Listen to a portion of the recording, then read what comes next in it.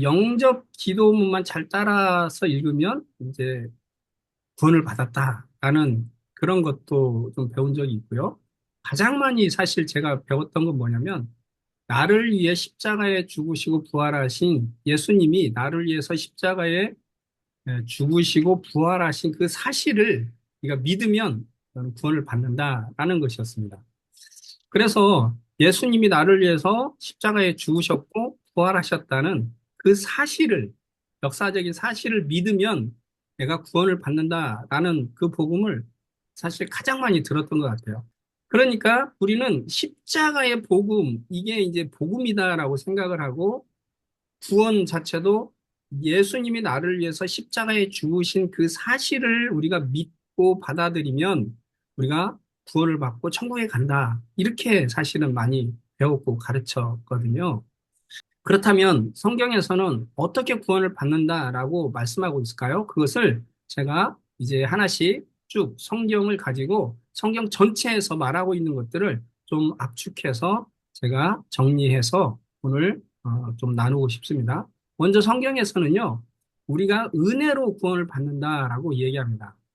이것은 너무나도 분명한 사실이죠. 성경은 우리의 구원이 우리의 행위나 우리의 노력으로 구원을 받을 수 없다라는 것을 분명하게 하고 있습니다. 그래서 사도행전 15장 11절 말씀해 보면 이제 사도들이 모두 모여가지고 내린 결론이 무엇인가요? 우리가 주 예수의 은혜로 구원을 받는 줄을 믿노라라고 서로 사도들이 결론을 내린 거예요. 그러니까 우리는 믿음으로 구원을 받을 수 있다라는 것이죠. 우리가 잘 알고 있는 에베소서 2장 8절 9절 말씀에서도 보면 너희는 그 은혜에 의하여 믿음으로 말미암아 구원을 받았으니 이것은 너희에게서 난 것이 아니요 하나님의 선물이다. 행위에서 난 것이 아니니 누구든지 자랑하지 못하게 함이라 라고 말씀합니다. 그러니까 우리의 구원은 철저하게 은혜다라는 것이죠. 행위로 구원 얻을 수 있는 사람이 없다라는 것입니다.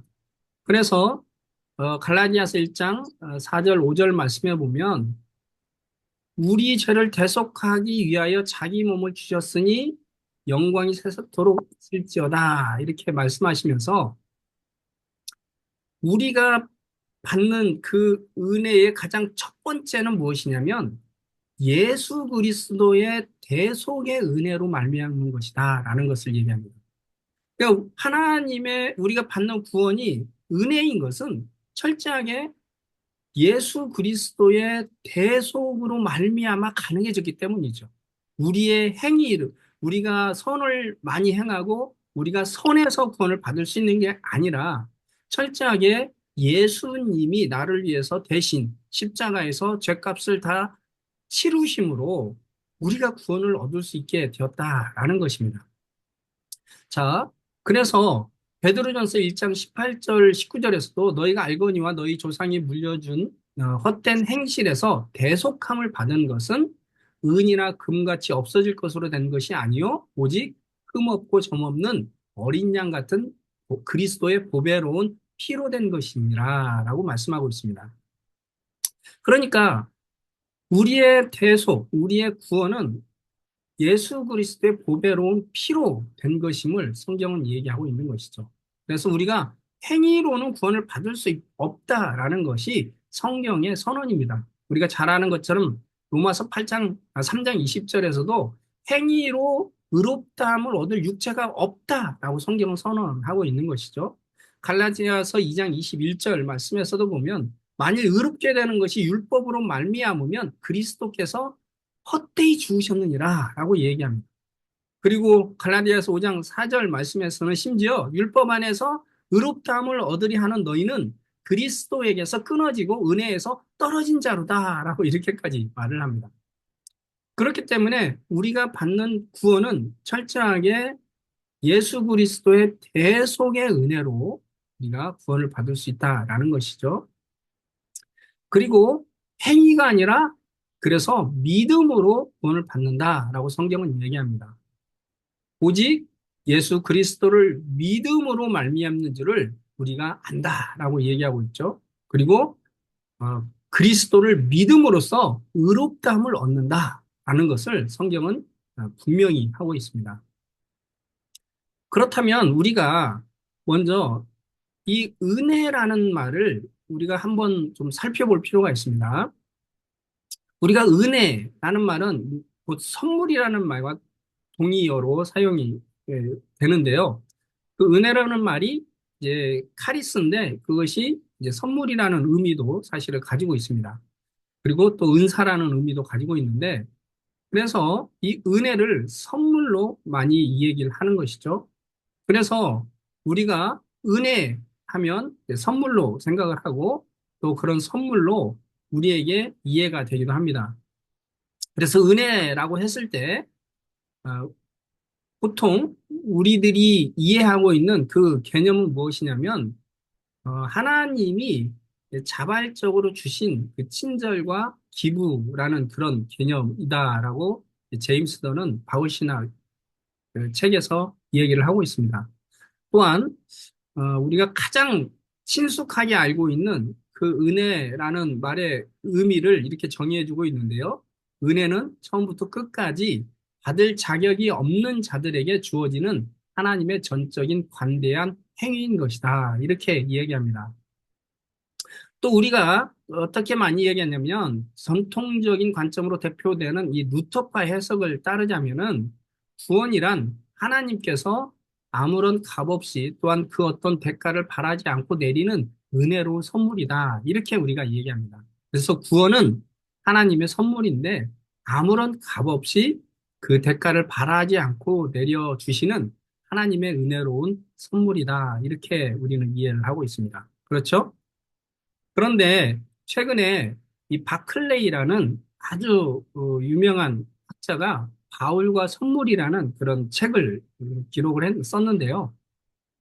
이것이 은혜에 대한 성경의 그 당시에 의미가 어떤 것인지를 그 당시의 사회적인 그런 많은 자료들을 통해서 우리가 현재 이야기하고 있는 그런 은혜, 선물이라는 개념과 그 당시에 사람들이 살고 있었던 사람들이 인식하고 있었던 그 은혜, 선물이라는 개념이 다르다는 것을 이게 이제 이야기를 해주고 있습니다. 그래서 고대 그 로마인들은 선물을 주고받을 때에 사회적인 유대를 형성하기 위해서 선물과 답례라는 그런 순환적 작용으로 이 선물을 사용했다라는 것입니다. 이게 무슨 말이냐면 그 당시에 이제 사람들이 서로 자기들 간에 어떤 사회적인 그런 관계를 형성하잖아요. 그러면 그런 관계를 형성할 때 서로 자기들과 동등된 그런 사람들 간의 모임이 있을 거고 그런 동료들과 서로 간의 사회적인 관계를 형성할 때 어떻게 형성하는가? 여러분들은 주위에 친한 친구들을 어떻게 관계를 형성하죠? 주로 자주 만나서 뭐 밥을 같이 먹죠. 아니면 이제 커피를 마시고 그러죠. 근데 밥을 먹을 때 보통 옛날 사람들은 어떻게 그 밥값을 누가 냅니까? 밥값을 누가 밥 내죠? 먹으러 가자. 밥 먹으러 가자는 사람. 밥 먹으러 가자는 사람이 내죠. 근데 그거를 계속 한 사람만 내면 될까요? 아니죠. 또 돌아가면서 돌아가면서 좀 누가 샀으면 다음에는 또 다른 사람이 사고 또 다른 사람이 다음에는 사고 뭐 이런 식으로 서로 밥을 먹으면서 사회적인 관계가 형성이 되는 거죠. 그 당시에는 이가 좀 비슷한 개념이 있었습니다. 그래서 서로 사회적인 관계에 동등한 어떤 친분 관계를 형성할 때에 서로 선물을 주고받으면서 그걸로 인해서 사회적인 관계를 맺었다라는 것이에요.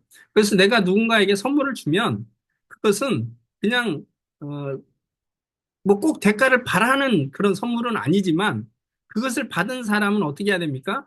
반드시 그것을 또 자신이 갚아야 서로 간에 사회적인 유대 관계가 형성이 된다라는 것이에요. 만약에 그것을 갚지 않으면 그것은 서로 간에 친분한 친구 관계가 아니라 어, 주인과 종의 관계가 돼버립니다.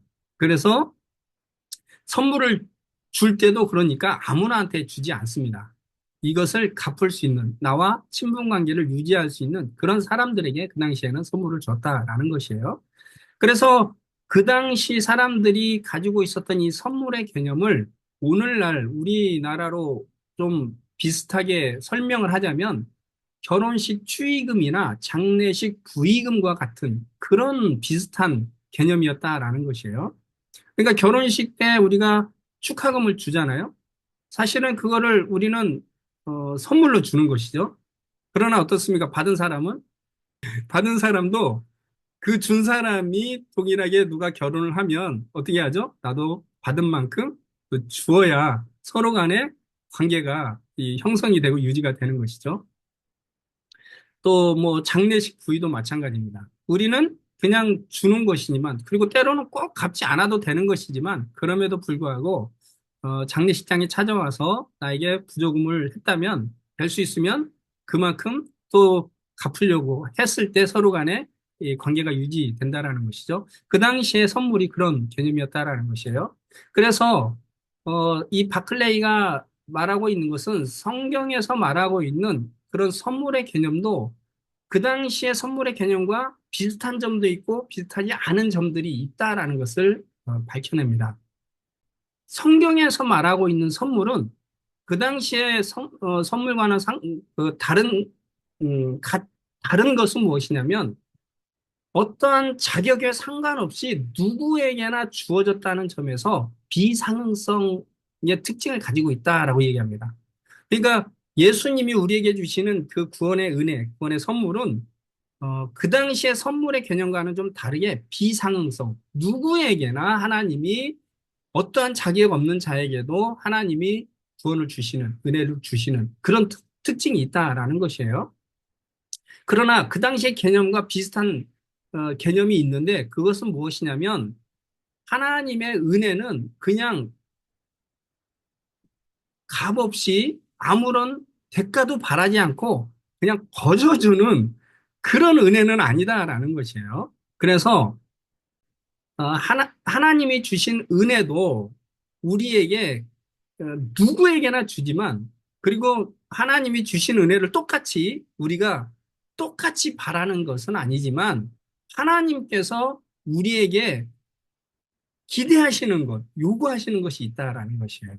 그것이 무엇이냐면 하나님이 우리에게 구원의 은혜를 주셨지만 그냥 무조건적으로 아무런 대가도 바라지 않고 그냥 주신 것이 아니라 하나님의 은혜는 우리에게 하나님의 은혜를 받은 사람이 하나님께 감사와 순종으로 하나님께 보상을 해야 하는 그런 기대를 하나님이 갖고 우리에게 주셨다라는 그런 개념입니다. 그렇기 때문에 이 바클레이의 바울과 선물을 우리가 요약하자면 하나님의 은혜는 누구에게나 주어지는 선물이지만 무조건적이지 않다라는 것이에요. 하나님은 우리에게 물질적인 답례를 바라지는 않습니다. 그러나 삶에서의 변화를 기대하신다라는 거예요. 하나님이 우리에게 은혜를 주신 것은 그냥 받고 공짜야 이런 것이 아니고 이것을 꼭 물질로 갚으라는 말도 아니지만 삶에서의 변화를 하나님이 기대하시고 주신다라는 것이에요. 그래서 어떻게 우리에게 보답하기를 원하시냐면 감사와 순종으로 보답하기를 하나님이 원하신다라는 것입니다. 그것을 성경에서도 우리가 찾아볼 수 있습니다. 고린도전서 6장 1절 말씀을 보면 그래서 뭐라고 말씀하시냐면 우리가 하나님과 함께 일하는 자로서 너희를 권하노니 하나님의 은혜를 헛되이 받지 말라라고 얘기합니다. 하나님의 은혜는 그냥 헛되이 그렇게 공짜로 주어지는 것이 아니라는 것을 성경이 말씀하고 있는 것이죠. 그리고 빌립보서 1장 29절 말씀을 보면 그리스도를 위하여 너희에게 은혜를 주신 것은 다만 그를 믿을 뿐 아니라 또한 그를 위하여 고난도 받게 하려 하심이라 라고 말씀하십니다. 예수님이 그렇게 고귀한 피를 흘리시고 목숨을 버리신 것은 우리에게 그만큼 기대하고자 하는 우리의 삶을 변화시키고자 하는 그런 하나님의 기대가 있었기 때문에 우리에게 목숨을 버리시고 그 사랑을 베푸신 것이고 은혜를 베푸신 것이죠. 그래서 요한일서 3장 16절에도 보면 우리가 그를 위하여 그가 우리를 위하여 목숨을 버리셨으니 우리가 이로써 사랑을 알고 우리도 형제들을 위하여 목숨을 버리는 것이 뭐라고 말씀하고 있습니까? 마땅하니라 라고 말씀합니다. 이 표현은 그 당시에 선물의 개념, 은혜의 개념 속에서는 모든 사람들이 그냥 다 당연하게 여기는 것이었어요. 내가 선물을 받았다면 그거에 대한 보답을 하고자 하는 것이 누구에게나 당연하게 여겨졌던 그 시대였습니다. 그리고 오늘날도 마찬가지죠. 사실은 은혜를 받았다면 큰 은혜를 받은 사람이 그냥 아무런 보답도 않고 하는 것은 사실은 배은망덕한 사람이다라는 소리를 듣게 되는 것이죠. 하나님은 우리에게 큰 은혜를 주셨습니다.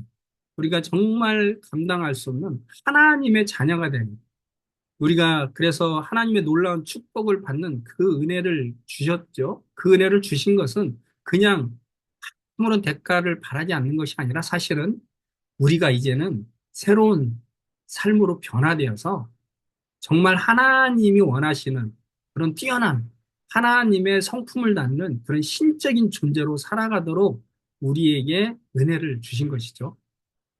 그래서 우리는 성경에서 계속해서 우리의 구원이 하나님의 은혜이다, 선물이다라는 것을 말씀하고 있습니다. 그리고 그 하나님의 은혜다, 선물이다 하는 그 의미를 우리는 좀 더 성경적으로, 그리고 그 당시 본래 사람들이 가지고 있었던 의미로 우리는 이해를 할 필요가 있는 것이에요. 오늘날 우리가 쉽게 말하는, 그래서 공짜다라는 표현은 우리가 좀 자제하는 것이 좋지 않을까 그런 생각이 듭니다. 절대 공짜가 아니라 우리의 목숨을 사실 요구하는 은혜이기도 합니다. 그래서 내가 너를 위하여 목숨을 버리셨으니 너도 나를 위해서 너희 목숨을 버리라고 하는 게 사실은 예수님의 요구시거든요. 좀 더 깊이 들어가 보면. 그렇기 때문에 너무 우리의 은혜를 그런 값싼 은혜로 생각하면 안 된다라는 것입니다. 두 번째로 우리가 은혜다라고 얘기했을 때는 하나님의 선택과 예정을 둘 수 있습니다. 우리는 사실 하나님을 찾지 않았습니다. 우리가 하나님께 구원해달라고 사실 간구하지도 않았죠. 우리는 하나님과 단절되어서 사단의 지배를 받으면서 하나님을 대적하면서 죄 가운데 살았던 사람들이죠. 그런 우리가 어떻게 하나님을 믿을 수 있게 되었습니까? 예수님을 어떻게 믿을 수 있게 되었습니까? 바로 하나님의 선택과 예정이 있었기 때문에 가능했다라는 것이죠. 하나님이 우리를 선택하시고 미리 정하셔서 우리를 부르시고 우리를 구원하셨기 때문에 우리에게 찾아오셨다라는 것이죠. 하나님이 미리 계획하시고 찾아오셨다라는 것입니다. 그래서 하나님이 우리를 미리 정하시고 작정하시고 택하신 그 은혜 때문에 우리가 구원을 받을 수 있다라는 것입니다. 그래서 성경은 선택에 대한 얘기도 하시고 작정에 대한 얘기도 하시고 또 유기된 것에 대한 얘기도 하시는데 사실은 유기에 대해서는 성경에서 거의 이야기하고 있지 않습니다. 여기에서 유기를 조금 표현하는 그런 유기와 같은 그런 성경 구절이 두 구절이 있는데 첫째는 유다서 1장 4절 말씀입니다. 그래서 이는 가만히 들어온 사람 몇이 있음이라 그들은 옛적부터 이 판결을 받기로 미리 기록된 자니 경건하지 아니하여 우리 하나님의 은혜를 도리어 방탕한 것으로 바꾸고 홀로 하나이신 주제 곧 우리 주 예수 그리스도를 부인하는 자니라라고 얘기하면서 그 하나님을 대적하는 이 거짓 선지자들, 거짓 교사들이 가만히 들어와서 사람들을 경건하지 않게 하고 방탕한 삶을 살아가도록 미혹하는 이들에 대해서 유다서 1장 4절에 보면 이들은 미리 기록된 자들이다 이렇게 표현하고 있죠. 근데 사실은 여기서 미리 기록된 자들이다라고 하니까 이들은 미리 이렇게 구원받지 못하도록 정해진 유기된 자다라고 우리가 이해할 수 있지만 사실은 조금만 문장을 살펴보면 그들이 그렇게 살도록 미리 죄악 가운데 살도록 정해졌다라기보다는 그들이 그렇게 죄악 가운데 살 때에 하나님은 그들이 죄악 가운데 살 때 심판하시는 것에 대해서 미리 기록해 놓으신 그 기록된 대로 그들을 심판하신다라는 그런 의미로 여기서는 사실 이해할 수 있는 것이죠. 또한 베드로전서 2장 8절에도 보면은 거기에서 어, 그들이 말씀을 순종하지 아니함으로 넘어지나니 이는 그들을 이렇게 정하신 것이다. 이렇게 말씀하고 있습니다. 여기서도 보면 어, 정하신 것은 단순히 이들의 불신앙을 예정했다기보다는 예수 그리스도가 이들에게 걸림돌이 될 것이라는 사실을 미리 아셨고 그러한 행동을 그들이 하도록 그냥 허락하셨다라는 것으로 볼 수 있는 것이죠. 그러니까 그들이 넘어진 이유를 여기에서도 보면 뭐라고 말씀하시냐면 그들이 말씀을 순종하지 아니하였기 때문이다라고 분명히 말해주는 것을 알 수 있습니다. 그러니까 그들이 넘어진 것은 하나님이 그렇게 정했기 때문에 넘어졌다라는 그런 의미가 아니라 그들이 넘어진 것은 그들이 하나님의 말씀에 순종하지 아니하였기 때문에 그렇게 넘어졌다라고 말씀하면서 그렇게 정하신 것은 어, 그들이 이렇게 정하신 것이다라고 하나님이 말씀하시는 것은 그러니까 하나님이 그들을 죄를 짓도록 정했다라고 말하기보다는 그들이 그렇게 죄를 짓고 불순종했을 때 그들이 넘어지게 될 것이다라는 것을 하나님이 허락하셨다. 그렇게 정하셨다라는 의미라고 사실은 볼 수 있는 것이죠. 그렇기 때문에 성경에서는 사실 유기에 대한 그런 말은 거의 등장하지 않는다라고 보아도 되는 것이죠. 그 다음에 우리가 살펴봐야 될 것은 성경에서 선택과 예정을 얘기할 때는 또한 유연한 것들이 있음을 성경에서 볼 수 있습니다.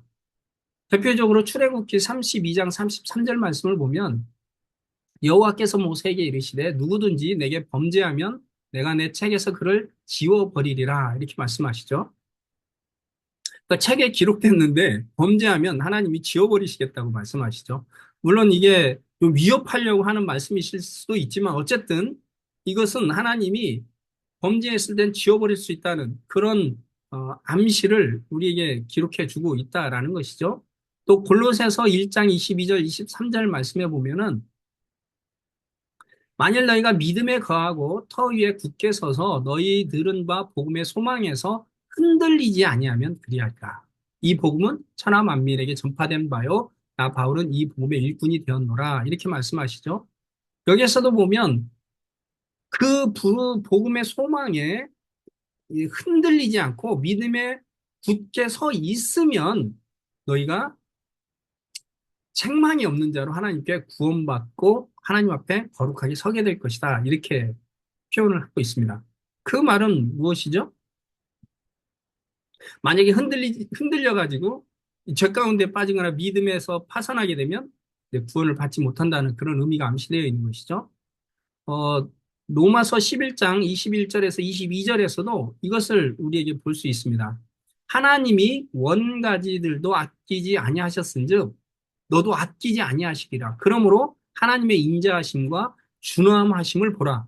넘어지는 자들에게는 준엄하심이 있으니 너희가 만일 하나님의 인자하심에 머물러 있으면 그 인자가 너에게 있으리라. 그렇지 않으면 너희도 찍히는 바 되리라. 이렇게 말합니다. 그러니까 이방인들에게 지금 바울이 로마서를 쓰면서 로마에 있는 이방인 그리스도인들이 쓰면서 하나님이 원가지인 이스라엘도 하나님이 버리셨는데 너희들도 그 하나님의 인자하심에 그 사랑 안에 믿음 안에 계속 머물러 있으면 너희가 구원을 받을 것이지만 너희도 그 이스라엘 백성들처럼 만약에 넘어지고 그 인자하심에서 머물러 있지 않고 믿음에 머물러 있지 않으면 너희도 찍히는 바 될 수 있다라고 경고하고 있는 것이죠. 그리고 디모데서 5장 12절 말씀에서도 보면은 그들이 처음 믿음을 저버렸으므로 정죄를 받느니라라고 얘기합니다. 그러니까 하나님께서는 우리에게 선택한 백성이다 하더라도 그들이 계속해서 머물러 있지 않으면 그들이 구원을 받을 수 없다라는 것을 우리에게 말씀해주고 있는 그런 구절이 있다라는 것이죠. 그래서 하나님의 선택은 우리에게 너는 선택되었으니까 또 내가 너를 선택하면 무조건 너는 구원. 그리고 하나님 너는 유기야. 그러니까 너는 무조건 지옥. 이런 개념으로 하나님이 성경에서는 하나님의 선택과 예정, 유기를 말씀하지 않는다라는 것을 알 수 있습니다. 왜 하나님이 예, 선택과 예정을 말씀하시지만 이렇게 약간 유동성이 있는 것처럼 유연한 표현을 우리에게 사용하시는 것일까요? 구원은 전적인 하나님의 은혜로 시작되지만 그렇다고 우리의 자유의지와 상관없이 이루어지지 않기 때문에 그렇습니다. 하나님은 우리의 자유의지를 해치지 않고 우리를 설득하여서 우리의 자율적인 헌신을 통해서 구원이 이루어지고 완성되어지게 하시기 때문에 그렇습니다. 그래서 성경에서는 늘 이 하나님의 주권과 인간의 책임이 늘 긴장성을 가지고 유지되게끔 하시는 거예요. 그래서 성경에서는 절대로 내가 너를 선택했으니까 너는 어떻게 해서든지 무조건 구원이야. 이런 식으로 절대 말하지 않습니다. 성경에서는 뭐라고 말합니까? 하나님이 너를 선택했으니까 너는 두렵고 떨림으로 구원을 이루라. 이런 식으로 말하죠. 두려움으로 너의 구원을 이루라. 라고 하나님은 늘 깨어서 늘 하나님의 거룩한 백성답게 네가 살아가라고 말씀하고 있는 것이죠. 선택이 유연한 말씀에 대해서 이제 에스겔서 18장에서도 좀 볼 수 있는데요. 이것은 약간 선택하고는 좀 다른 것이지만 약간 비슷한 그런 흐름을 가지고 있습니다. 그게 뭐냐면 만일 악인이 그가 행한 모든 죄에서 돌이켜서 떠나면 그가 죽지 않고 살게 될 것이다 라는 말을 하시는 거예요. 그러니까 악인이라는 건 뭡니까? 이 사람은 악인이라고 딱 판명된 지금까지 쭉 악인이었어요. 악인이었는데 그 악인도 만약에 돌이킨다면 구원을 받을 수 있다라는 것입니다.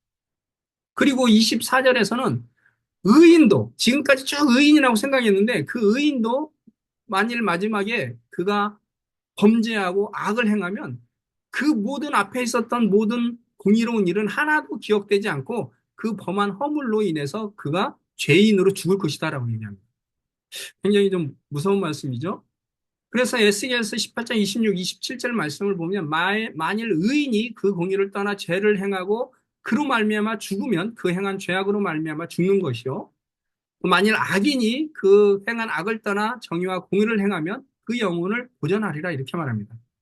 그러니까 우리가 의인으로 하나님이 너는 구원받았어 선택했다고 그냥 무조건 구원이 아니고 너는 죄인이야라고 해서 무조건 죄인이 아니라 그 의인이 죄를 짓고 하나님을 떠나면 그는 죄로 말미암아서 죽을 것이고 악인이라고 생각되었지만 악인이 돌이켜서 하나님 앞에 정의와 공의를 행하면 그 영혼이 살게 될 것이다 라는 표현을 하고 있는 것이죠.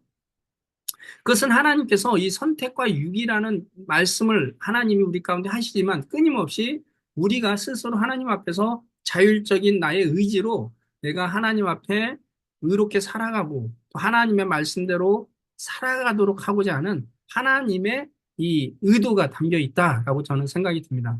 그래서 성경에서는 늘 우리에게 이 긴장성을 유지하게 만들려고 하시는 그런 내용들이 계속적으로 나오는 것을 알 수 있습니다.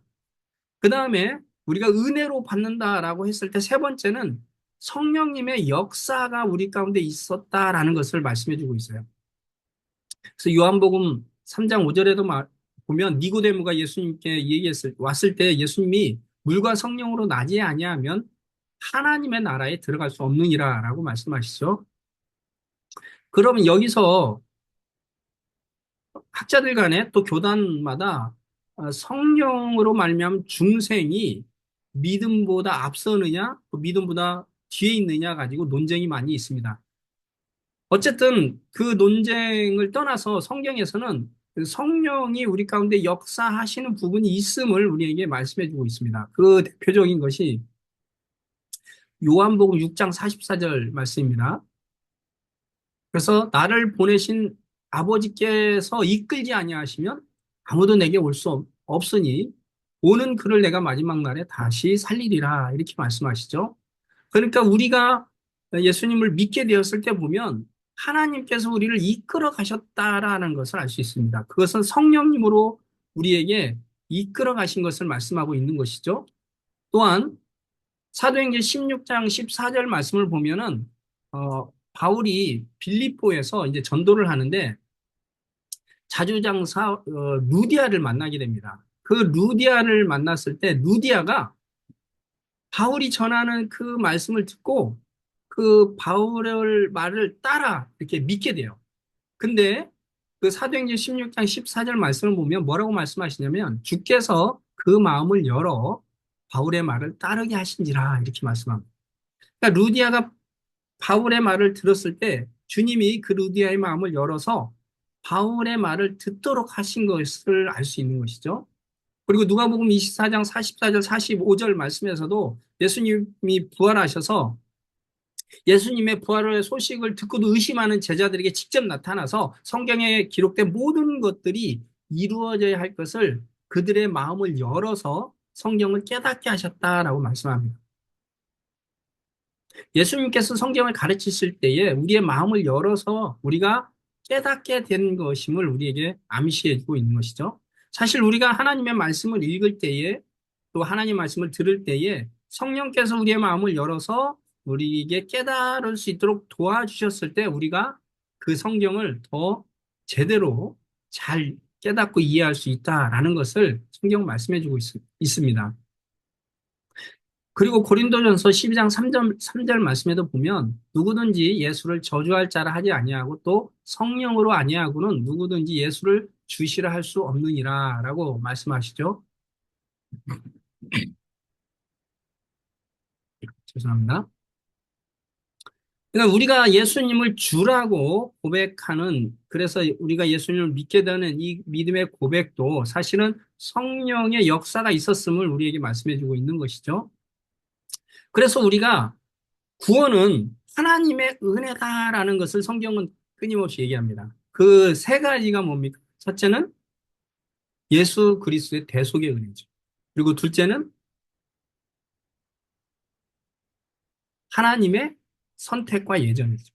셋째는 바로 성령님의 역사라고 볼 수 있습니다. 우리 가운데 그 말씀을 깨달을 수 있도록 우리의 마음을 열어주시는 분이 성령님이 계셔서 우리가 믿음을 가질 수 있게 되었다라는 것이죠. 그러나 성경에는요, 우리가 은혜로 구원을 받는다라고 이야기하는 한편, 또 한편으로는 우리 인간의 회개와 믿음으로 우리가 구원을 받는다라는 말을 굉장히 많이 하고 있습니다. 그러니까 우리는 이 두 가지를 늘 생각해 봐야 돼요. 성경에서는 이 두 가지를 늘 긴장성을 가지고 우리에게 이야기하고 있다라는 것을 우리는 기억할 필요가 있습니다. 성경에서는 의외로 하나님의 은혜도 많이 이야기하지만 우리 인간적인 반응과 우리의 자율적인 반응과 우리의 책임에 대해서도 굉장히 많이 이야기를 하고 있다라는 것이에요. 먼저 에스겔 18장 23절 말씀에 보면 주 여호와의 말씀이니라 내가 어찌 악인이 죽는 것을 조금인들 기뻐하랴 그가 돌이켜 그 길에서 떠나 사는 것을 내가 어찌 기뻐하지 아니하겠느냐라고 말씀합니다. 악인이 죽는 것은 하나님은 절대 기뻐하지 않는다라는 것이에요. 그리고 그들이 돌이켜서 그들이 돌아오는 것을 하나님이 기뻐하신다라는 것이죠. 그래서 에스겔 18장 32절 말씀에 보면 죽을 자가 죽는 것도 내가 기뻐하지 아니하노니 너희는 스스로 돌이키고 살지어다 이렇게 말합니다. 너희가 스스로 돌이키고 살라고 하나님이 선지자를 통해서 말씀하고 있는 것이죠. 또 디모데서 2장 4절 말씀에서도 하나님은 모든 사람이 구원을 받으며 진리를 아는 데 이르기를 원하시느니라 라고 말씀합니다. 그런데 마태복음 23장 37절에 보면 너희가 원하지 아니하였다 이렇게 말합니다. 하나님이 선택해서 구원을 받고 하나님이 선택하지 않아서 너희들이 구원을 못 받은 것이 아니라 하나님은 모든 사람이 구원을 받기를 원하시는데 너희가 원하지 않았다라는 것이죠. 그래서 하나님 끊임없이 하나님은 너희들이 구원을 받지 못하고 그렇게 죄 가운데서 하나님의 진노의 심판을 받는 것을 하나님이 기뻐하시지 않는다라는 것을 성경은 끊임없이 얘기하고 있습니다. 모든 사람이 하나님 구원을 받기를 원한다고 말씀하십니다. 그러면서 구원을 받으라고 계속해서 우리에게 초청을 하고 있죠. 믿고 구원을 받으라. 주 예수를 믿으라. 라고 계속해서 성경은 우리에게 말씀하고 있는 것이죠. 그러면서 우리가 만약에 구원을 받지 못하는 것은 우리가 그것을 믿지 않고 우리가 원하지 아니하였기 때문이다. 라는 것을 끊임없이 성경은 말씀하고 있습니다. 만약에 하나님이 우리 가운데 선택된 자는 하나님이 구원을 받고 하나님이 유기한 자는 구원을 받지 못한다는 것이 그냥 하나님의 전적인 주권에 의해서만 결정되는 것이라면 하나님이 나는 너희 모두가 구원을 이루기를 원한다 라는 말을 할 수 있을까요? 우리의 믿음과 구원이 전적인 하나님의 선택과 예정에 의한 것이고 성령의 사역에만 의존되는 것이라면 하나님께서 나는 모든 사람이 구원을 받기를 원한다 하신 말씀은 우리를 기만하는 말이고 속이는 거짓말이에요. 하나님이 미리 구원받지 못하도록 정해 놓으시고 마치 우리의 책임인 것처럼 나는 악인이 죽는 것을 조금도 기뻐하지 않는다라고 이렇게 말하거나 모든 사람이 나는 구원받기를 원해 라고 이렇게 말하는 것은 무엇을 의미하죠? 진정성이 떨어지는 것이죠. 우리를 속이는 기만이 되는 것이죠. 왜? 하나님이 미리 그렇게 정해놓고 우리가 구원받지 못하도록 정해놓고 야, 나는 너희들이 구원받기를 원해. 나는 너희들이 죽는 것 정말 기뻐하지 않아. 이렇게 말하는 것은 정말 하나님이 우리를 속이는 말이 되는 것이죠. 그러나 여러분, 하나님은 진실하신 분이시고 거짓말하지 않으시는 분이라고 성경에서 말씀하고 있죠. 그렇기 때문에 그런 말씀들이 다 그렇게 우리를 속이는 그런 기만하는 말이라는 것은 하나님의 성품과 충돌하게 되는 것이죠. 그렇기 때문에 그 모든 말씀들을 하나님의 진정성 있는 말씀으로 우리는 받아들여야 되고 그렇게 믿어야 되는 것이죠. 그렇다면 성경은 끊임없이 어떻습니까? 하나님의 선택과 외정이 있지만 그 모든 구원이 우리의 책임에 달려 있다라는 이 두 가지가 우리는 이해할 수 없지만 성경 끊임없이 우리에게 그것을 강조하고 있다라는 것이에요. 우리의 구원은 철저하게 하나님의 은혜이고 하나님의 선택과 예정에 있지만 그럼에도 불구하고 성경 끊임없이 그것이 우리의 자율적인 반응과 나의 의지, 나의 헌신에 달려 있다라는 것을 성경에서는 끊임없이 우리에게 말씀하고 이 두 가지가 서로 계속해서 긴장성을 유지하게끔 말씀하고 있는 것입니다. 그래서 성경은 끊임없이 우리의 반응과 책임에 대해서 계속 말씀하고 있습니다. 그래서 누가복음 13장 24절을 말씀해 보면 좁은 문으로 들어가기를 힘쓰라라고 얘기합니다. 내가 너에게 이르노니 들어가기를 구하여도 못하는 자가 많으니라 라고 합니다. 여기에 보면 힘쓰라라고 하나님 말씀합니다. 좁은 문으로 들어가기를 우리에게 힘쓰라라고 얘기하면서 구하여도 못하는 자가 많으리라 이렇게 말하는데 여기에서 구하여도는 미래형입니다. 그러니까 무슨 말이냐면 지금 좁은 문으로 우리가 구원받기 위해서 힘을 쓰지 않고 노력하지 않고 나중에 심판대 앞에 서서 구하여도 그때는 소용없다라는 이 말씀을 하시는 것입니다. 그러니까 지금 끊임없이 우리는 구원을 받을 수 있도록 힘쓰라라는 말을 하고 있는 것이죠. 또 히브리서 6장 7절 8절의 말씀을 보면 땅이 그 위에 자주 내리는 비를 흡수하여 밭가는 자들이 쓰기에 합당한 채소를 내면 하나님께 복을 받고 또 만일 가시와 엉겅퀴를 내면 버림을 당하고 저주함에 가까워 그 마지막은 불사름이 되리라 이렇게 말합니다. 여기서 비는 하나님의 은혜를 우리에게 상징적으로 표현하고 있습니다. 하나님이 우리에게 대속의 은혜 그리고 끊임없이 우리에게 부르시고 복음을 듣게 하시고 우리에게 찾아오시는 그 많은 은혜들을 우리에게 표현해 주고 있습니다. 근데 그 은혜를 밭이 그 비를 흡수하여서 합당한 채소를 내면 복을 받고 만약에 그 밭이 가시와 엉겅퀴를 내면 저주를 당하게 되고 마지막은 불사름이 될 것이다. 심판받게 될 것이다. 하는 것을 성경이 이야기하고 있죠. 여기에 보면 구원이 어디에 달려 있음을 얘기하죠. 바로 그 하나님의 은혜를 내가 흡수해서 하나님의 들은 그 복음, 하나님의 말씀을 내가 믿음으로 받아들여서 그 말씀대로 내가 예수님을 믿고 예수님의 말씀대로 살아갈 때 우리는 구원을 받지만 내가 그것을 거절하고 내가 죄악된 삶을 살아가면 나는 구원을 받지 못한다라는 말씀을 해주고 있는 것이죠. 또한 데살로니가후서 2장 9절에서 12절 말씀을 보면은 악한 자의 나타남은 사탄의 활동을 따라 모든 능력과 표적과 거짓 기적과 불의의 모든 속임으로 멸망하는 자들에게 있으리니 이는 그들이 진리의 사랑을 받지 아니하여 구원함을 받지 못함이라 라고 말씀하고 있습니다. 이러므로 하나님이 미혹의 역사를 그들에게 보내사 거짓 것을 믿게 하심은 12절에 보면 진리를 믿지 않고 불의를 좋아하는 모든 자들로 하여금 심판을 받게 하려 하심이라 라고 말씀합니다. 여기에 보면 진리를 믿지 않고라는 이 말은 원어를 좀 더 가깝게 표현하자면 그들을 구원하는 진리를 믿지 않았다라는 그런 표현입니다.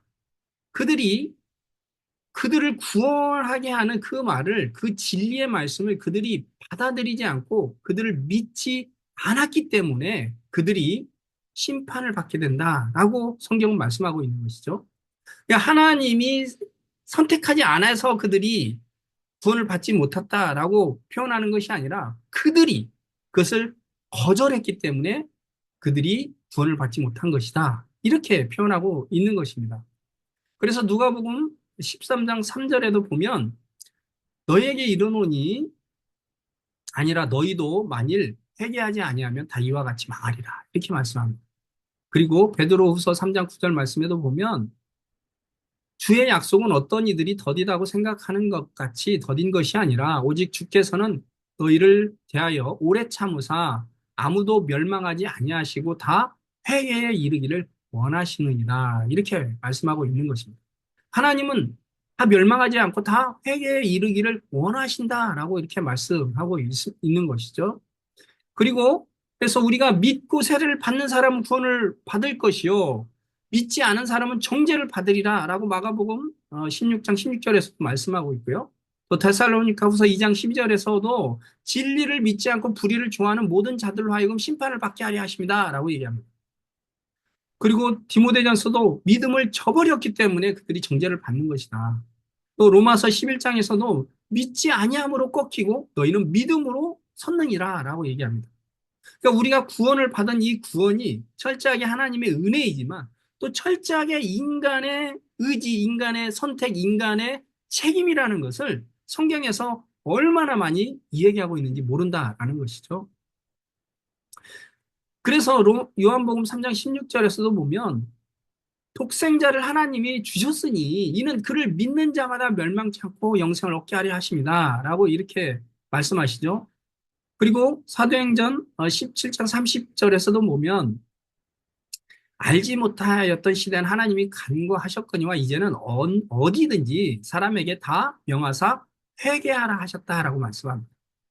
그래서 이제는 하나님을 알지 못했을 때는 하나님이 뭐 관과하신 것이 좀 있을지 모르지만 이제는 어디든지 복음이 전해지고 그 복음을 듣고 사람들이 회개하라고 말씀하신다라는 것이죠. 그리고 로마서 10장 13절에서도 누구든지 주의 이름을 부르는 자는 구원을 받을 것이다. 그리고 또 계시록 3장 20절 말씀에서도 누구든지 내 음성을 듣고 문을 열면 내가 그로 들어가 더불어 먹고 그는 나와 더불어 마시리라 이렇게 말씀하고 있습니다. 그러니까 성경에서는 끊임없이 하나님의 은혜, 하나님의 주권에 의해서 우리가 구원을 받을 수 있다라는 것, 또 하나님의 대속의 은혜로 말미암아 우리가 구원을 받을 수 있고 성령의 역사로 말미암아 우리가 구원을 받을 수 있다라는 그 하나님의 은혜가 성경에서는 끊임없이 강조되면서 동시에 인간이 자기 의지와 자기 자율적인 그런 인격적인 반응을 통해서 하나님이 우리를 구원하신다라는 것도 동일하게 강조하고 있다라는 것입니다. 성경은요, 우리가 하나님의 은혜로 구원을 받지만 철저하게 우리 인간의 편에서 우리가 어떻게 우리가 구원을 받을 수 있는지를 우리 인간의 편에서 주로 말씀을 하십니다. 왜냐하면 그게 중요하잖아요. 하나님의 은혜는 사실은 우리가 어떻게 할 수 있는 부분이 아니잖아요. 하나님께 달려있는, 하나님께 속한 것이죠. 그렇기 때문에 우리가 할 수 있는 것들에 초점을 맞추고 하나님은 우리가 할 수 있는 부분에 대해서 우리가 어떻게 해야 될지를 성경은 가르쳐 주고 있습니다. 그리고 우리는 그것에 좀 더 초점을 맞추고 우리가 하나님의 은혜를 감사하면서 우리가 어떻게 내가 구원을 받는지 그거에 더 초점을 맞춰서 우리가 살펴보는 것이 필요하다라는 것입니다. 그렇다면 성경은 어떻게 그 하나님의 은혜에 대해서 우리가 구원을 받을 수 있는지 그것을 이야기하는데 크게 두 가지로 우리에게 이야기합니다. 그건 뭐냐면 회개와 믿음으로 우리가 구원을 받을 수 있다라고 얘기합니다. 하나님은요, 우리가 구원을 받을 수 있는 그 유일한 길은 바로 하나님의 은혜에 대한 그 복음을 듣고 회개하고 또 그리스도께 대한 믿음으로 우리가 구원을 받을 수 있다라는 것을 가르쳐 주고 있습니다. 우리가 계속해서 살펴본 것 중에 하나는 하나님의 주권과 그 인간의 책임에 대해서 우리가 계속해서 살펴보았죠. 그래서 성경은 끊임없이 하나님의 주권에 대해서 우리에게 이야기하고 있고요. 또 하나님이 우리에게 회개를 주셨다. 또 성령으로 아니하고는 우리가 주라 할 수 없다는 또 하나님이 마음을 열어주셨다는 그 성령님의 은혜가 있고 인간 편에서 우리가 어떻게 하나님께 우리가 반응해야 되는지, 우리가 어떻게 하나님께 나아갔을 때 우리가 구원을 얻을 수 있는지 그 인간적인 반응에 대해서 우리에게 끊임없이 얘기하고 있다라는 것입니다. 그래서 하나님의 주권과 인간의 책임에 대해서 이 호크 말하는 개혁주의 구원론자는 그 두 가지를 우리가 놓치지 말고 둘을 잘 조화시켜야 우리가 잘 제한된 이성으로 그 둘을 잘 조화시킬 수는 없다 하더라도 이 두 가지를 모두 받아들이고 붙잡아야 한다라는 것을 솔직하게 얘기합니다. 이분은 개혁주의 입장에서. 그래서 제가 그것을 그림으로 성경에서 말하고 있는 그 구원의 여정에 대해서 성경에 말하고 있는 내용만 가지고 우리가 다시 그림을 그리자면 우리의 구원은 하나님의 선택과 예정과 섭리라는 아주 큰 하나님의 구원의 역사 속에 큰 선택과 예정이나 섭리 역사 속에 우리가 들어가게 됩니다. 그 안에서 예수님의 대속과 그 다음에 예수님이 우리에게 찾아오셔서 우리에게 어, 하나님의 복음을 가르쳐 주신 것을 또 제자들이 듣고 또 제자들이 온 세계에 퍼져서 그 복음을 전해서 그 복음이 들려지게 한 것처럼 믿음은 들음에서 난다라고 말씀하고 있죠. 그래서 그 복음이 전파되고 그 복음이 전해지고 그 복음을 들음으로 인해서 그 듣는 자가 그 들었을 때에 믿음과 회개로 반응했을 때 구원을 받게 된다라는 것이죠. 그런데 그때에 그 복음을 듣고 우리가 인간이 믿음과 회개를 할 때 성령의 역사가 우리 가운데 있다라는 것을 성경은 말씀해 주고 있습니다. 그런데 그 성령의 역사가 어느 정도 우리 가운데 역사하고 있는지는 성경에서 말씀하고 있지 않습니다. 어느 정도 우리를 그냥 완전히 확 잡아매가지고 우리가 예수님을 믿을 수 있도록 완전히 변화시켜서 우리를 믿게 하는지 아니면 단지 마음의 문을 열고 우리가 우리의 자발적인 그런 의지를 해치지 않는 범위 내에서 우리가 반응할 수 있는 정도로 우리에게 역사하는지 어느 정도인지는 정확하게 말씀하고 있지 않습니다. 그리고 그거에 대해서는 신학자마다 교단마다 다 다르게 주장하고 있는 것이죠. 그러나 분명한 것은 우리가 어느 정도인지는 모르지만 하나님의 역사가 있을 것이다 라는 것은 우리가 성경에서 말할 수 있다라는 것입니다. 그래서 우리가 주목해 봐야 될 것은 무엇인가요? 감추어진 일은 우리 하나님 여호와께 속한 것이거니와 나타난 일은 영원히 우리와 우리 자손에게 속하였나니 이는 우리에게 이 율법의 모든 말씀을 행하게 하려 하십니다라고 하나님이 말씀하신 것처럼 우리가 하나님께 감추어진 그런 선택과 예정에 대해서 우리가 너무 집중하기보다는 우리는 나타난 일, 우리가 복음을 들었을 때에 우리가 어떻게 반응해야 되는 일에 우리가 초점을 맞춰야 된다라는 것이죠. 우리가 다시 한번 더 강의들을 정리를 하자면, 자, 은혜란 무엇인가요? 루테파 견해가 있고 또 세관점 학파인 제임스 던의 견해가 있고 최근에 바클레이 견해를 우리는 살펴보았습니다. 시간이 있으면 이걸 한번 다시 읽어보시고요. 그래서 이 바클레이의 바울과 선문에서 말하고 있는 중요한 핵심을 다시 한번 더 짚어보자면 하나님의 은혜는 누구에게나 주어지는 선물이지만 무조건적이지는 않다라는 것입니다. 하나님은 우리에게 물질적 답례를 바라지는 않지만 삶에서의 변화를 기대하시고 또 감사와 순종으로 보답해야 한다라는 것을 말씀하고 있다라는 것입니다. 그렇다면 첫 번째로는 우리가 어떻게 구원을 받을 수 있습니까? 회개를 통해서다라는 것입니다. 그래서 예수님의 첫 설교가 무엇이었습니까? 회개하라, 천국이 가까웠느니라 라는 것이었죠. 그래서 우리가 회개가 구원에 있어서 굉장히 중요한 것이다라는 것을 예수님이 말씀하고 있음을 우리는 알 수 있습니다. 회개에 대해서 그죄 사함을 받으라라고 그 사도행전 2장 38절에서 예수님이 말씀하고 있죠. 그래서 너희가 회개하여 각각 예수 그리스도의 이름으로 세례를 받고 죄 사함을 받으라. 그리하면 성령의 선물을 받으리니라고 얘기하고 있습니다. 그렇다면 그 회개란 무엇인가요? 자신이 죄인임을 가슴 깊이 깨닫고 슬퍼하며 뉘우쳐서 하나님께로 돌이키는 것을 말하고 있습니다. 그래서 우리는 하나님께 내 자신이 하나님을 대적하고 사단의 지배 가운데서 내가 욕심과 욕망을 살아가고 있었던 우리의 삶을 이제는 돌이켜서 하나님께 돌이키는 것이죠. 그것을 회개라고 말씀하고 있습니다. 그 다음에 성경은 믿음으로 우리가 구원을 받을 수 있다라고 얘기합니다. 그렇다면 믿음은 어떤 믿음일까요?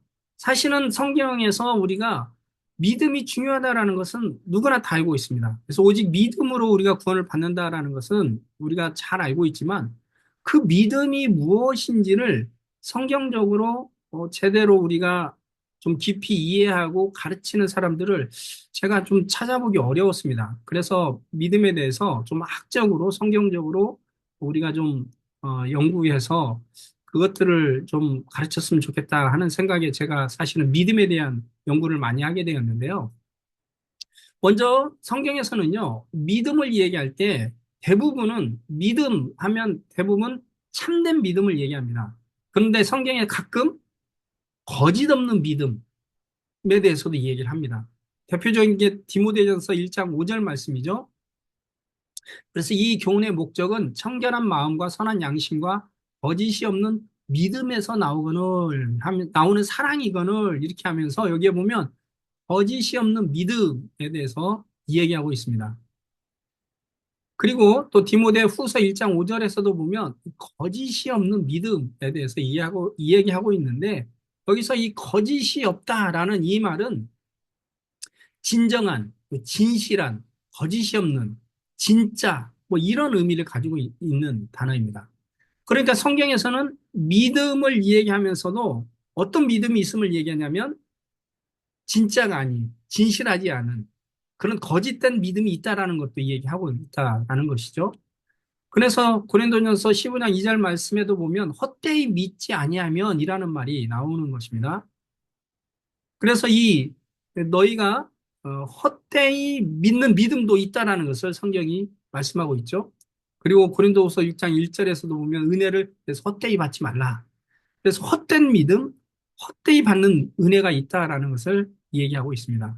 또한 히브리서 10장 39절 말씀에 보면 영혼을 구원함에 이르는 믿음이 있다라는 것을 말씀합니다. 그러니까 구원에는 헛된 믿음, 거짓된 믿음도 있고 우리의 영혼을 구원에 이르는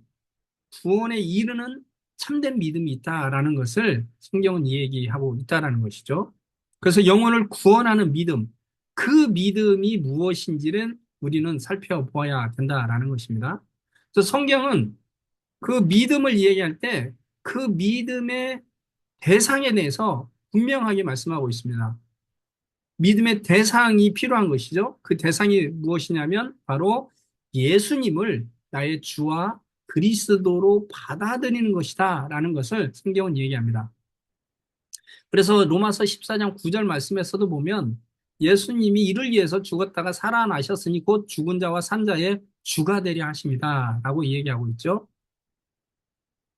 그래서 여기서 보면 죽은 자와 산 자의 주가 되려 하고 있다라는 이 말씀을 원어로 보면 그것이 주가 된다라는 말이 이게 통치하려고 한다라는 지배하려고 한다라는 그런 의미를 가지고 있는 단어입니다.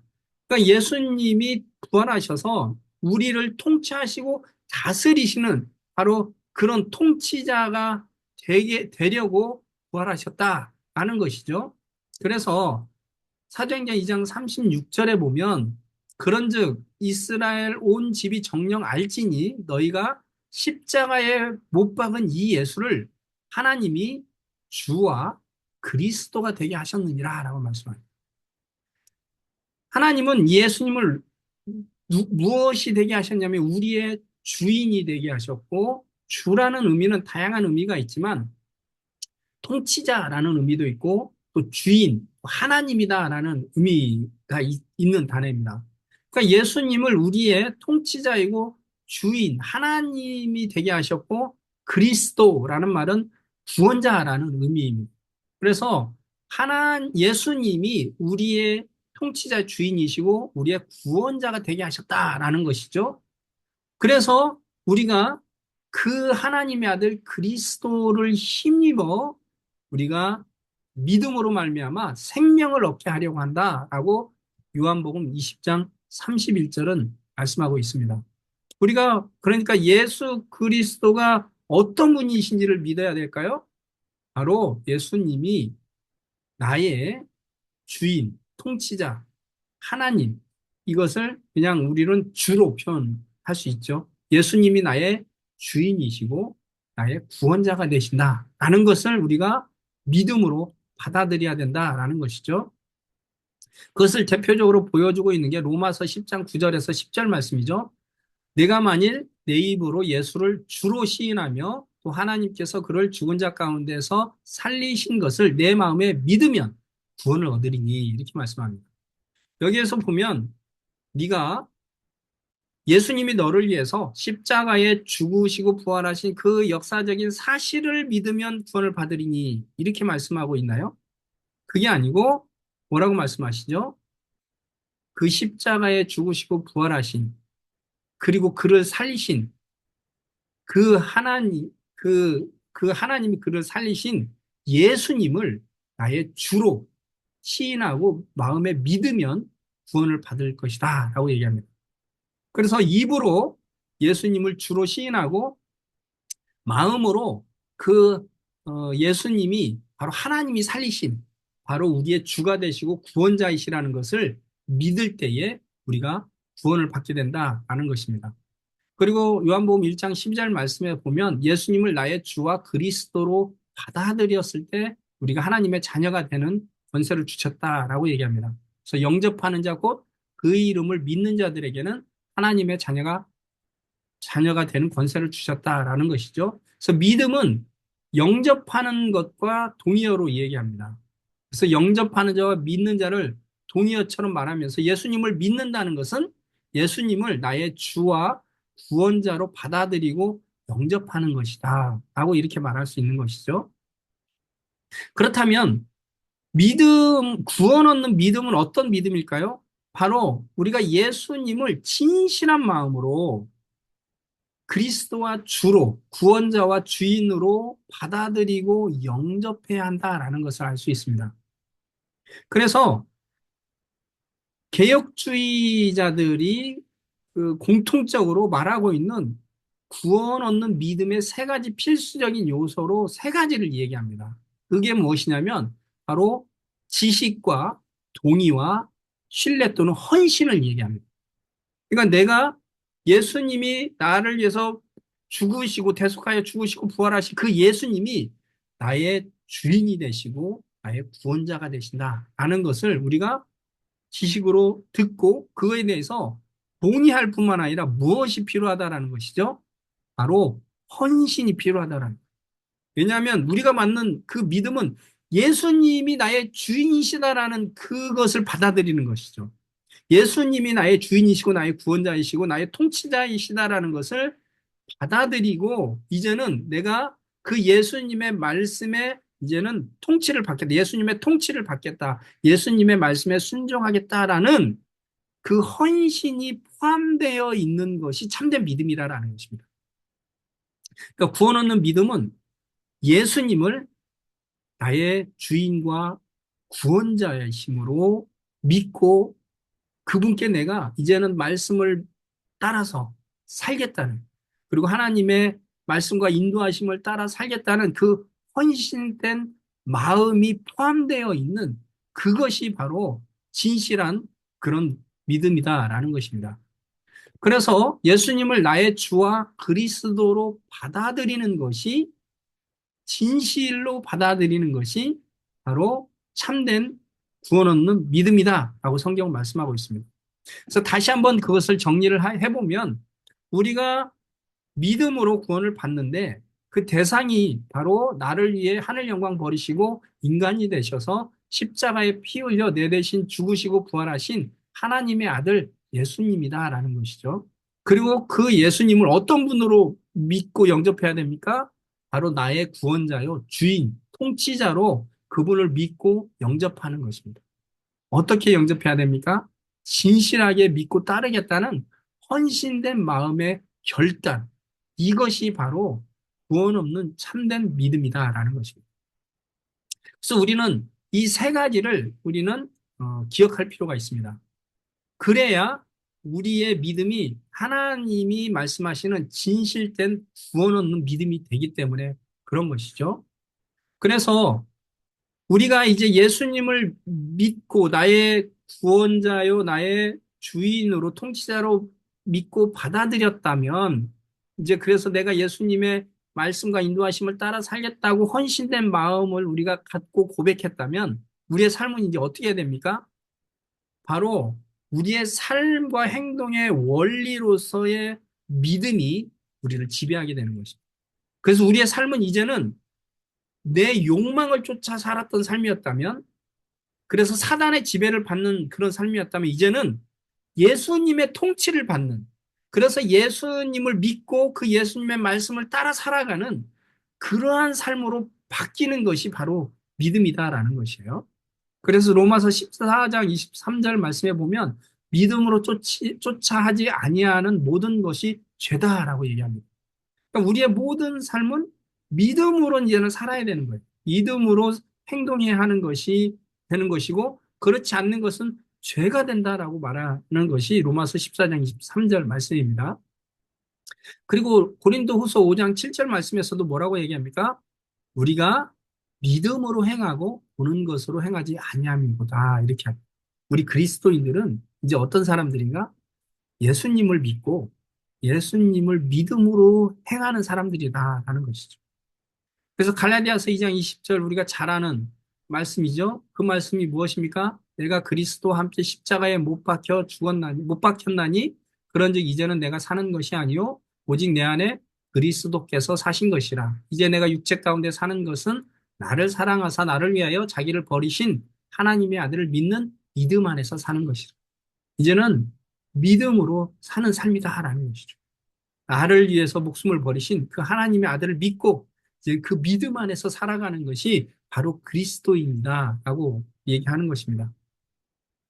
그래서 갈라디아서 5장 6절 말씀에 보면 우리의 믿음은 사랑으로 역사하는 믿음이다라고 얘기합니다. 그래서 할례나 무할례나 효력이 없으되 사랑으로 역사하는 믿음이 참된 믿음이고, 그 믿음만이 효력이 있어서 우리를 구원해 줄 수 있다라고 얘기하고 있는 것이죠. 또한 바울은 데살로니가 교회에 믿음의 역사가 있다고 얘기하면서 칭찬을 합니다. 그래서 데살로니가전서 1장 3절 말씀해 보면 너희의 믿음의 역사와 사랑의 수고와 우리 주 예수 그리스도에 대한 소망의 인내를 우리 하나님 아버지 앞에 끊임없이 기억한다라고 얘기하면서 그들이 믿음의 역사가 있고 사랑의 수고가 있음을 칭찬하고 있는 것이죠. 또 데살로니가 후서에서도 마찬가지로 그들에게는 믿음의 역사, 여기 믿음의 역사라는 게 사실은 역사라고 되어 있지만 에르곤인데 그것은 믿음의 행위를 말하는 겁니다. 그러니까 믿음의 행함, 믿음의 행위가 그들에게는 있었다라는 것을 얘기하고 있는 것이죠. 자, 그래서 믿음의 사람들의 공통적인 삶의 특징은 무엇이냐면 믿음으로 살았다라는 것이에요. 그래서 히브리서 11장에 보면 수많은 믿음의 조상들을 이야기하면서 그들은 삶의 공통점이 무엇인지를 우리에게 말씀해 주고 있죠. 그 공통점이 무엇인가요? 그 공통점은 바로 그들은 모두 믿음으로 살았다는 거죠. 때로는 어떤 사람은 성을 얻기도 하고 또 어떤 사람은 비참하게 칼로 죽임을 당하기도 하고 우리의 삶이 누군가는 승리도 하고 성을 얻기도 하고 하나님의 위대하신 능력을 발휘하기도 하지만 어떤 사람은 비참하게 처참하게 짐승의 밥이 되고 칼에 죽임을 당하는 그런 삶이었을지 몰라도 그리스도인의 삶의 공통점은 무엇이냐? 그들은 하나같이 믿음으로 살았다는 거죠. 그래서 믿음으로 아벨은 가인보다 더 나은 제사를 드렸고 또 믿음으로 에녹은 죽음을 보지 않고 옮겼고 또 믿음으로 노아는 보지 않는 일에 경고하심을 받아서 방주를 지었고 또 사라도 믿음으로 그렇게 잉태하였고 이게 다 믿음을 따라 죽었고 약속을 받지 못하였지만 그들은 멀리서 보고 환영하면서 그들이 나그네 임을 그들이 믿고 그들이 하나님이 주실 그 영광스러운 영원한 우리의 본향을 바라보면서 그들이 이 땅에서 나그네와 같이 믿음으로 살았다라고 성경은 말씀하고 있는 것입니다. 그래서 사도 바울이 로마서 1장 5절과 마지막 부분인 16장 26절에서 자신의 사명을 이야기할 때 뭐라고 말씀하냐면 나는 우리가 은혜와 사도의 직분을 받아 그의 이름을 위하여 모든 이방인 중에서 믿어 순종하게 한다라고 얘기합니다. 그러니까 자신의 직분을 어떻게 설명하냐면 모든 이방인 중에서 이방인들이 믿어서 순종하게 하는 것이 자신의 사도의 사명이다라고 얘기합니다. 그리고 마지막 로마서 16장에서도 다시 한번 이것을 반복합니다. 그래서 모든 민족이 믿어 순종하려고 내가 이렇게 신비의 계시를 따라서 이렇게 너희에게 복음을 전하는 것이다. 이렇게 말하고 있는 것이죠. 그러니까 믿음은 우리가 예수님이 나의 통치자이시고 주이시다. 그리고 구원자이시다라는 것을 우리가 신심으로 받아들이고 이제는 그분의 통치 가운데 살아가는 것을 말하는 거예요. 그래서 그분의 말씀을 따라서 순종하며 살아가는 그 삶을 살아가는 것이 믿음이다라는 것이죠. 그래서 믿음은 성도들의 행동의 원리로서 작동하고 있는 것입니다. 그래서 모든 성도는 믿음을 지키는 자의 삶을 살았다라는 것입니다. 그래서 디모데후서 4장 7절의 말씀에 보면 이제 바울이 이제 마지막 말년에 쓴 서신이거든요. 디모데에게. 그래서 마지막 이제 죽음을 앞두고 그가 인생 전체에 대해서 어떻게 그가 고백을 하냐면 나는 선한 싸움을 싸우고 나의 달려갈 길을 마치고 믿음을 지켰다라고 얘기합니다.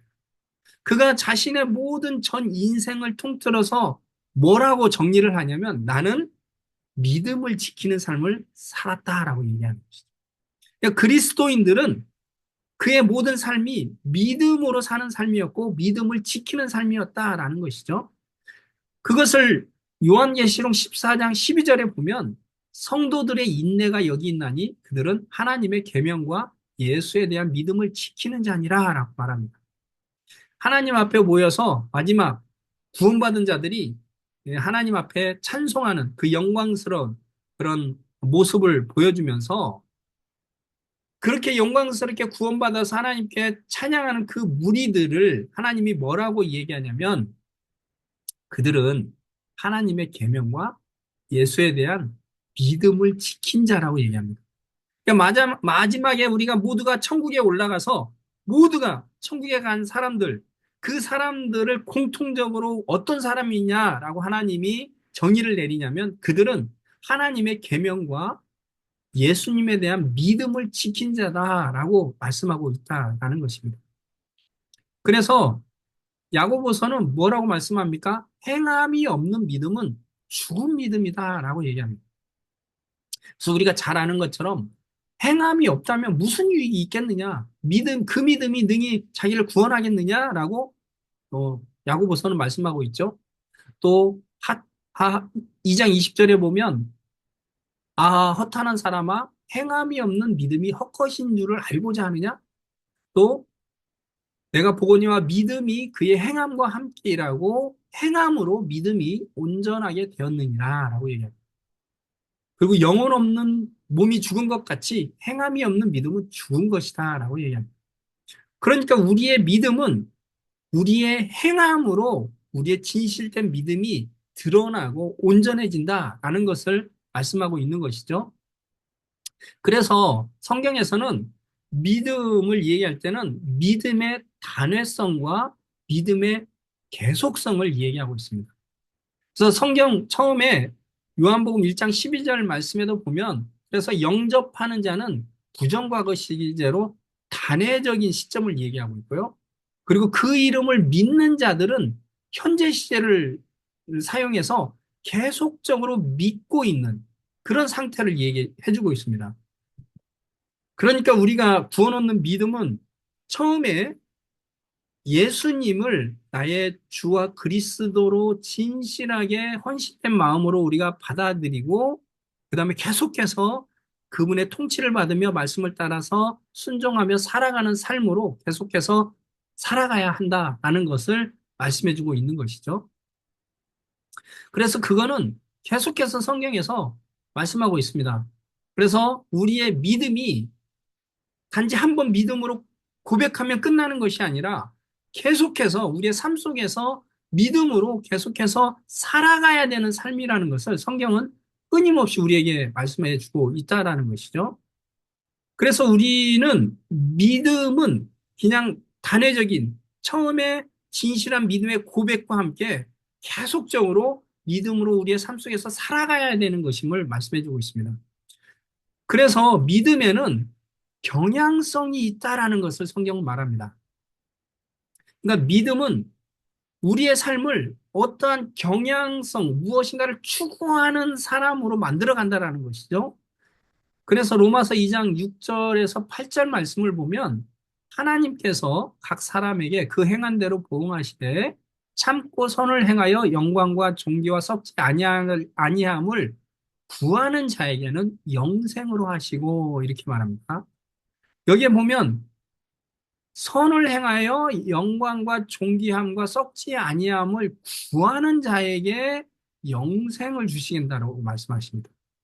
이제 여기서 구한다는 것은 이게 무엇인가를 추구하는 것을 말합니다. 그것을 현재 분사로 쓰고 있어요. 그러니까 현재 계속적으로 습관처럼 이러한 것들을 추구하면서 구하면서 살아가는 사람에게 영생이 있다라는 것입니다. 그리고 또 로마서 9장 10절 후반부에 보면 어, 각 사람에게는 영광과 존귀와 평강이 있으리니 그 앞에 악을 행하는 자는 각 사람의 영에 환난과 공고가 있으리니라고 말하죠. 여기에 보면 악을 행하는 것도 현재 중간태로 되어 있습니다. 그러니까 그의 삶에 추구하는 것, 그의 삶이 계속해서 구하고 있는 것들이 악을 행하는 것이면 그의 영에는 무엇이 있다라고 말합니까? 환난과 공고가 있다라는 것이죠. 그러나 선을 추구하는 사람에게는 영광과 존귀와 평강이 있다라고 이렇게 말씀하고 있는 것입니다. 그러니까 믿음에는 어떤 경향성을 갖는 삶으로 우리를 나타나게 됩니까? 악을 행하면서 추구하는 삶이 아니라 선, 그리고 하나님의 뜻에 따라 살고자 하는 그러한 하나님의 선함과 하나님의 뜻을 추구하는 삶으로 우리의 삶의 경향성, 추구하고 구하는 것을 바꾸고 있다라는 것이죠. 그리고 믿음은 그런 경향성을 가지고 있다라는 것입니다. 선을 행하고자 하는, 하나님의 뜻대로 살고자 하는 그런 경향성을 추구하는 그런 방향성을 가지고 있다라는 것입니다. 그리고 믿음은 성장하고 온전해져야 한다라는 것입니다. 그래서 성경에 보면 끊임없이 믿음이 성장하는 것들에 대해서 이야기하고 있습니다. 그래서 믿음이 작은 자에 대해서는 믿음이 작은 자라고 얘기하고 또 연약한 자도 얘기하고 또 믿음이 큰 자를 얘기합니다. 그래서 이 중에 이만한 믿음을 내가 보지 못했다라고 예수님이 칭찬하기도 하고 또 고린도후서 10장 15절의 말씀을 보면 오직 너희 믿음이 자랄수록 너희가 규범을 따라서 너희 가운데 더욱 풍성하게 되기를 원한다라고 얘기합니다. 믿음이 자라면서 더욱더 하나님의 은혜와 하나님의 거룩한 삶을 살아가는 그 풍성한 하나님의 성품에 동참하는 것들이 풍성해지고 하나님의 은혜가 풍성해지고 하나님의 복을 누리는 것들이 더욱더 풍성해진다라는 것이죠. 그래서 데살로니가 1장 3절 말씀에도 보면 너희의 믿음이 더욱 자라는 것에 대해서 말씀하고 있습니다. 그래서 예수님은 믿음이 적은 자들아 라고 자꾸 예수님이 제자들이 믿음이 적을 때에 그렇게 꾸짖는 것을 알 수 있습니다. 그리고 우리가 믿음의 시련을 만났을 때에 야고보는 너희가 온전히 믿음을 이루면서 기뻐하라라고 말씀합니다. 왜냐하면 우리가 그런 믿음의 시련을 통과했을 때 그 믿음의 시련을 통해서 우리가 더욱더 온전해진다라는 것이죠. 우리의 믿음이 더욱더 커지고 우리가 점점 더 온전한 사람이 되게 한다라는 것이에요. 그래서 에베소서 4장 13절 말씀해 보면 우리가 다 하나님의 아들을 믿는 것과 아는 일에 하나가 되어 온전한 사람을 이루어 그리스도의 장성한 분량에까지 이르러야 된다라고 얘기합니다. 그러니까 믿음에는 무엇이 있습니까? 바로 우리가 점점 성장하면서 우리가 점점 더 온전해지게 하는 그런 믿음의 성장성과 온전하게 하려고 하는 목표가 믿음에 있다라는 것입니다. 그래서 성경에서 말하고 있는 그 참된 믿음의 특성을 우리가 다시 한번 정리를 해보면 우리가 네 가지로 다시 한번 더 정리를 할 수가 있습니다. 이게 성경에서 말하고 있는 참된 믿음, 구원 얻는 믿음이라고 볼 수 있는 것이죠. 그렇기 때문에 우리가 꼭 기억하고 이것을 잃어버리지 말아야 됩니다. 첫 번째로는 우리가 구원 얻는 믿음이라는 것은 무엇이냐면 나를 위해 십자가에 죽으시고 부활하신 그 예수님을 누구를? 바로 예수님을 말하는 거죠. 예수님을 나의 구원자요 주로 인정하고 의지하여 주님의 말씀과 인도하심을 따라 살겠다는 헌신된 진실한 마음의 태도가 바로 믿음이다라는 것입니다. 그러니까 예수님을 나의 구원자요, 나의 주인으로 우리가 받아들이고 이제는 그 예수님의 말씀대로 살겠다는 그 헌신된 진실한 마음의 태도가 필요하다라는 것입니다. 그래서 믿음은 우리의 삶의 방식이 바뀌는 것입니다. 그래서 육체적인 욕망을 따라 살았던 삶에서 예수님의 말씀과 인도하심을 따라 믿음으로 순종하며 살아가는 삶으로 바뀌는 것이 바로 믿음이다라는 것입니다. 그리고 참된 믿음은 그래서 진실된 고백, 진실성이 있어야 되고요. 그 다음에 주님의 말씀을 따라 살고자 하는 그런 경향성이 있어야 된다라는 것입니다. 그리고 점점 더 거룩해져가는 성장성이 있어야 되고 또 온전한 사람이 되고자 하는 그런 목표를 가지고 살아가야 되는 것이 성경에서 말하고 있는 믿음이다라고 말씀하고 있는 것입니다. 우리가 다시 한번 더 전체를 요약하고 마치도록 하겠습니다. 성경에서는 우리가 어떻게 구원을 받는다라고 말씀하고 있나요? 하나님의 은혜로 받는다라는 것입니다.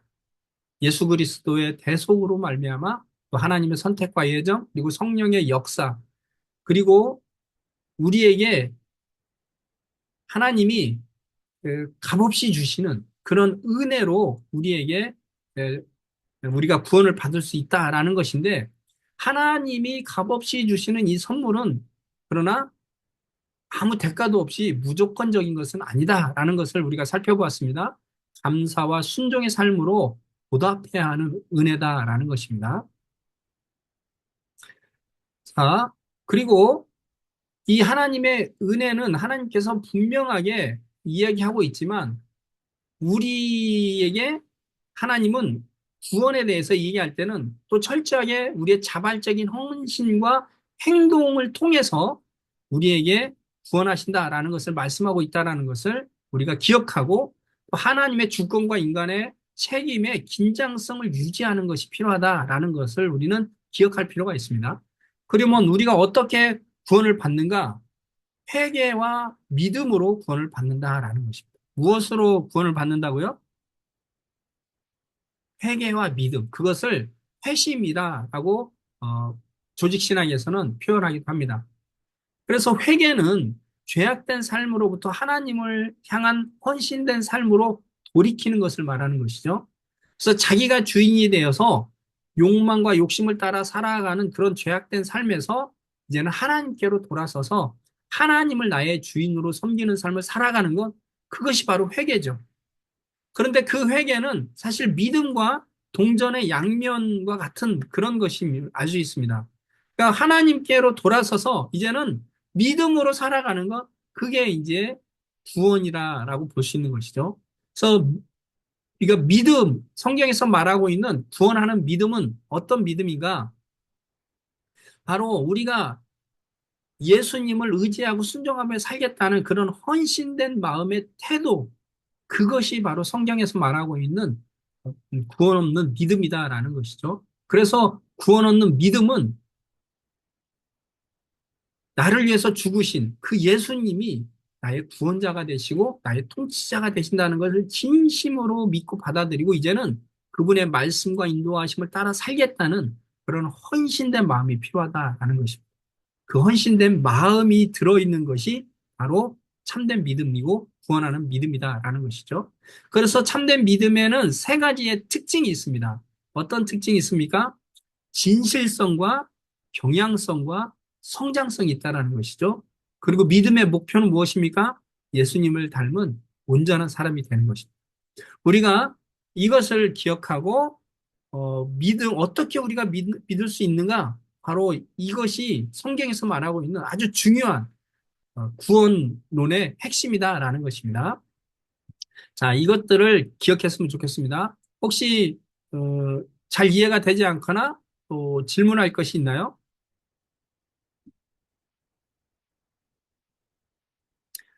사실은 새로운 것은 아닙니다. 그렇죠?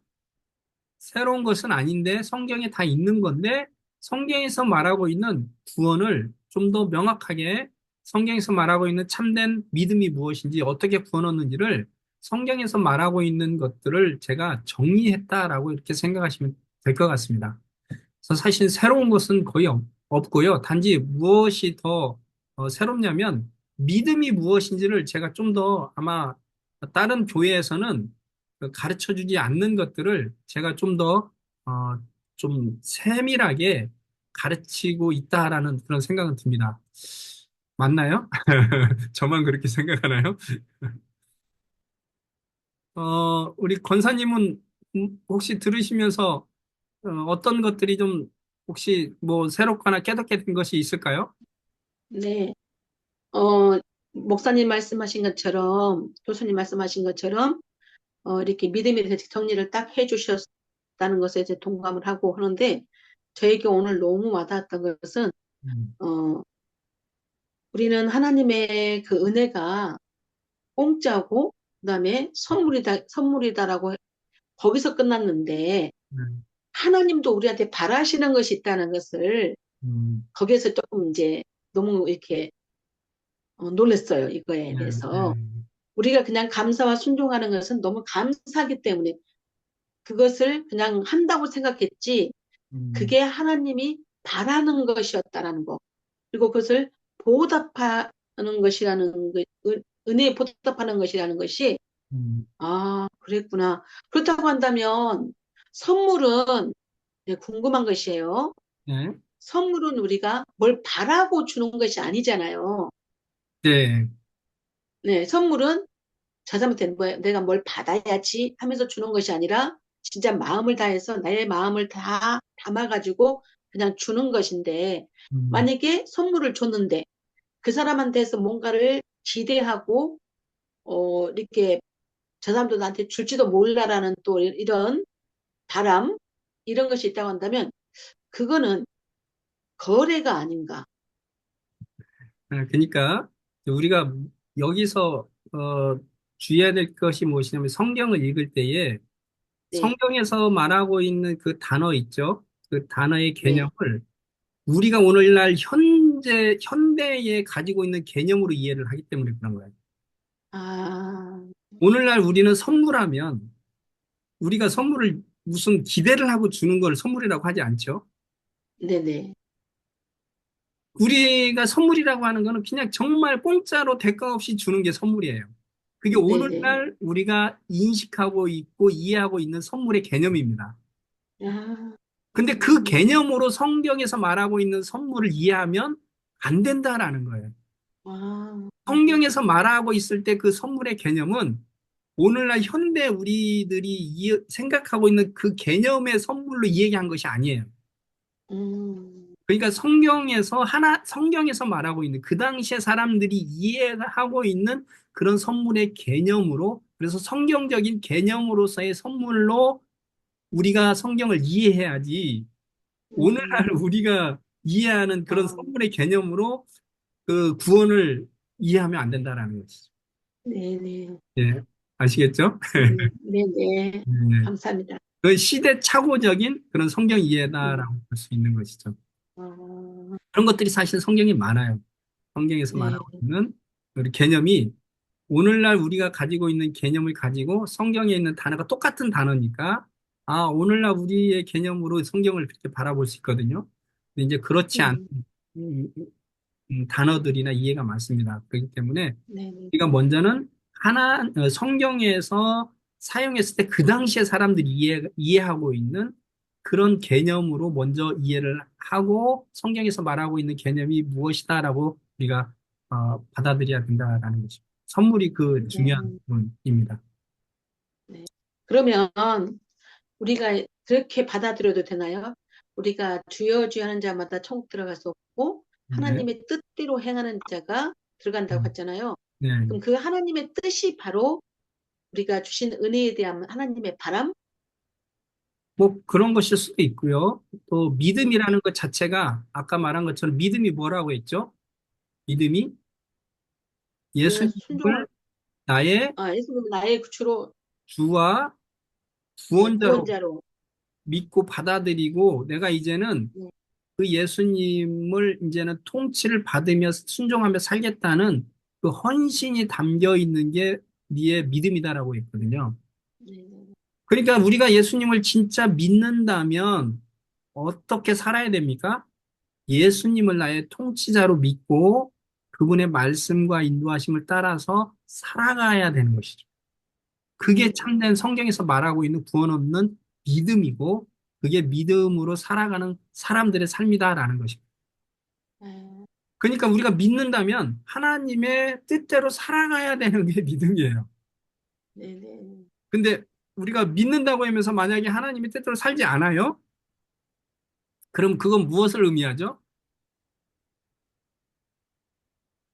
그거는 이제 믿음을 가지고 있는 사람이라고 성경은 말하고 있지 않다라는 것이죠. 네, 네, 네, 예수님을 나의 통치자라고, 나의 주인이라고 입술로만 고백하고 실제로 마음은 없는 거짓된 네. 믿음인 것이죠. 성경에서. 그래서 그런 믿음을 성경은 거짓된 믿음, 아멘.